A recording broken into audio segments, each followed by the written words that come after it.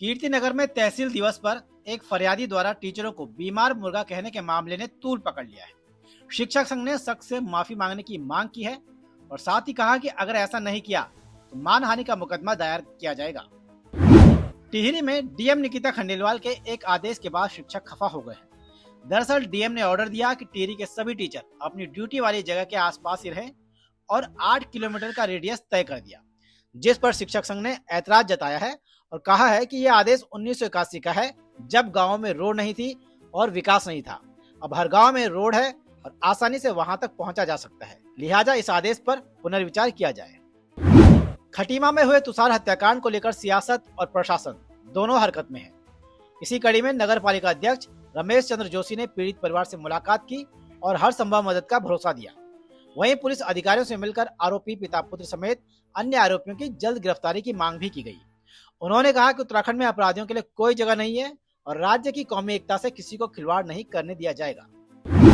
उत्तराखंड के सबसे अनुभवी और चर्चित शिकारी जॉय हुकिल ने कहा है कि वक्त के साथ साथ तेंदुओं की भी फितरत बदल गई है और वो अब आराम पसंद हो चुके हैं। वो जंगल में शिकार के लिए बाकी जानवरों से संघर्ष नहीं चाहते, उन्हें आसान शिकार चाहिए, इसीलिए वो इंसानी बस्तियों में आ रहे हैं, क्योंकि इंसान संघर्ष नहीं कर सकता। जॉय हुकिल अब तक 47 आदमखोर तेंदुओं को मौत की नींद सुला चुके हैं और 7 को जिंदा पकड़ चुके हैं। पहाड़ों में जानवरों के हमलों को लेकर दिया गया वन मंत्री सुबोध उनियाल का एक बयान उन पर भारी पड़ता जा रहा है और ये मामला थमने का नाम भी नहीं ले रहा है। दरअसल वन मंत्री ने कहा था कि भालू और गुलदार कूड़े की बदबू के चलते शहरों की तरफ चले आते हैं, जिस पर लोगों ने कड़ी आपत्ति जताई और बयान की निंदा की और लोगों ने जानवरों को भगाने के लिए हथियारों के लाइसेंस दिलाने की भी मांग की। उत्तराखंड आपदा विभाग ने जानवरों के हमलों में हुए नुकसान की भरपाई के लिए 15 करोड़ रुपए स्वीकृत कर दिए हैं, ताकि मृतकों के परिजनों को मुआवजा देने और फसलों के नुकसान के जो मामले लटके हैं उनका जल्द निपटारा किया जा सके। बता दें कि अब तक करीब 18 करोड़ रुपए मुआवजे के मामले में पहुंचे हैं, लेकिन रकम नहीं होने के कारण अब तक पीड़ितों को भुगतान नहीं हो सका है। मुख्यमंत्री पुष्कर सिंह धामी सोमवार को हरिद्वार के दक्षेश्वर महादेव मंदिर पहुंचे, जहां उन्होंने रुद्राभिषेक कर पूजा अर्चना की और प्रदेश की सुख समृद्धि की कामना की। मुख्यमंत्री ने दक्षेश्वर महादेव मंदिर में साधु संतों से संवाद भी किया।